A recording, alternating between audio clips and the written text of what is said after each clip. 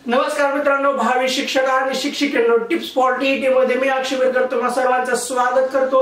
तर आजच्या या व्हिडिओमध्ये आपण इतिहासाचा एक छोटासा भाग पाहणार आहोत। खूप छोटासा आहे कारण आपण मोठे मोठे चॅप्टर पाहत आहोत, त्याच्यामुळे हा भाग खूप छोटासा आहे। पण हा छोटासा भाग सोडता येत नाहीये आणि हा छोटासा भाग चौथीच्या पुस्तकापासून जे 10वीचे पर्यंतचे पुस्तक आहे त्याच्यामधलं एकत्रीकरण करून केलेला हा छोटासा भाग आहे।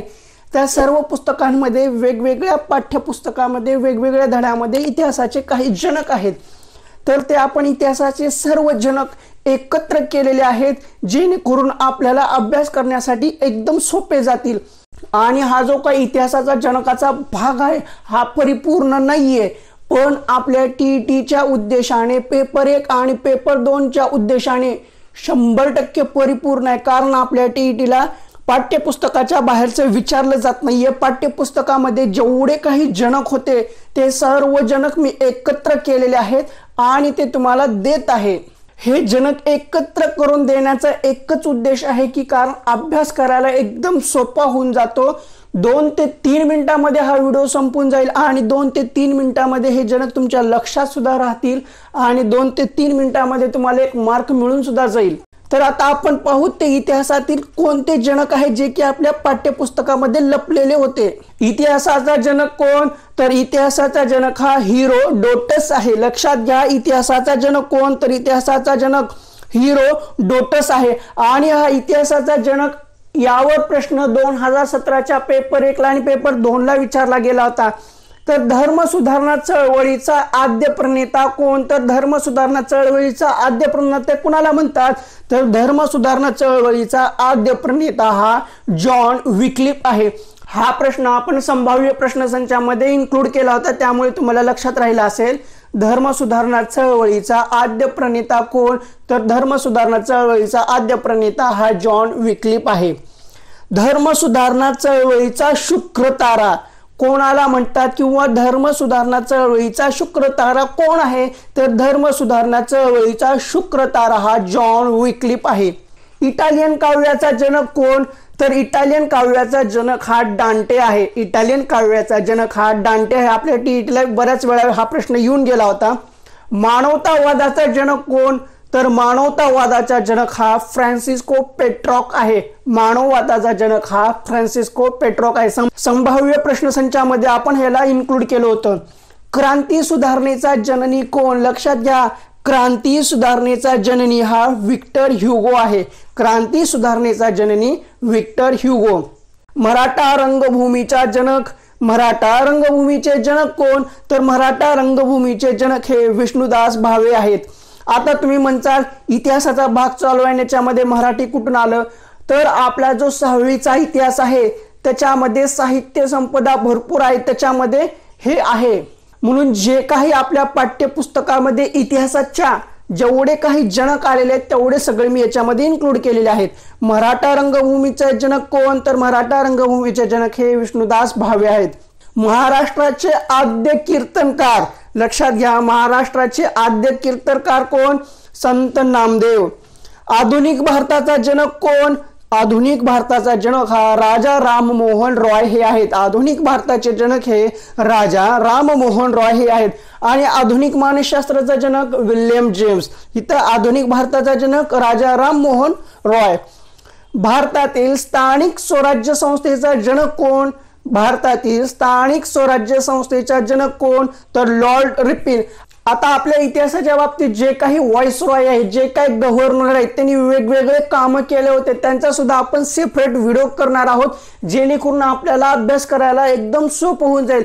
लॉर्ड कर्झन आहे, लॉर्ड रिपन आहे, लॉर्ड डलहौसी आहे, असे बरेच आहेत, त्यांनी वेगवेगळे कार्य केलेले। आपण त्याचा सेपरेट व्हिडिओ बनवू, तो काही इश्यू नाहीये।